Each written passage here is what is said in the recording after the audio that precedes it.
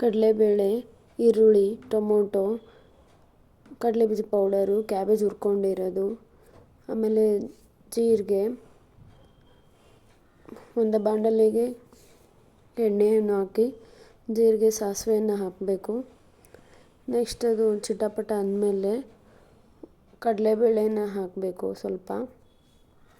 ಅದಾದಮೇಲೆ next fry ಆಗಬೇಕು reddish ಆಗಿ. ಆಮೇಲೆ ಕರಿಬೇವನ್ನ ಸೇರಿಸ್ಕೊಳ್ಳಿ.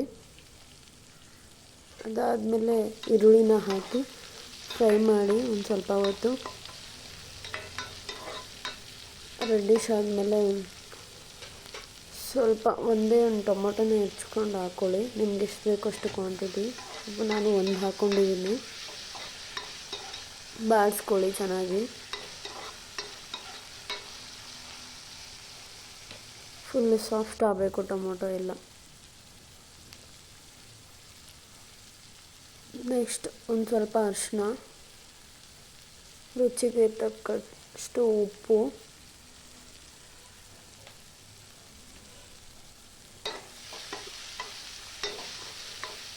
ಇದಾದಮೇಲೆ ಬಾಡಿಸ್ಕೊಳ್ಳಿ ಒಂದು ಸ್ವಲ್ಪ. ಚಪಾತಿಲಿ ರೋಟಿಲಿ ಚೆನ್ನಾಗಿರುತ್ತೆ ಪಲ್ಯ ತಿನ್ನೋಕ್ಕೆ.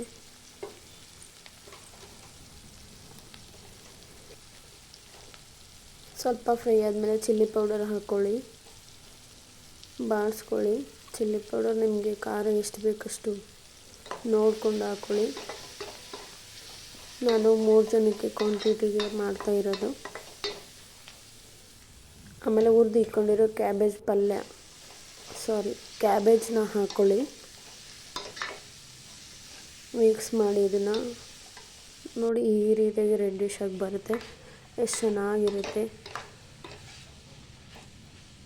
ಅದಾದಮೇಲೆ ಚೆನ್ನಾಗಿ ಮಿಕ್ಸ್ ಮಾಡಿದ್ಮೇಲೆ ಅದಕ್ಕೆ ಸ್ವಲ್ಪ ನೀರು ಹಾಕ್ಕೊಳ್ಳಿ. ನೀರು ಹಾಕ್ಕೊಂಡು ಕಡಲೆ ಬೀಜನ ಹುರಿದಿಟ್ಕೊಂಡು ಪೌಡರ್ ಮಾಡಿ ಇಟ್ಕೊಂಡಿರೋದು ಚೆನ್ನಾಗಿರುತ್ತೆ. ಅದಾದಮೇಲೆ ಒಂದು ಸ್ವಲ್ಪ ಮಿಕ್ಸ್ ಮಾಡಿದ್ಮೇಲೆ ನೀರೆಲ್ಲ ಬಿಟ್ಕೊಳ್ಳುತ್ತೆ. ಅದಾದಮೇಲೆ ಪಲ್ಯ ರೆಡಿಯಾಗಿರುತ್ತೆ.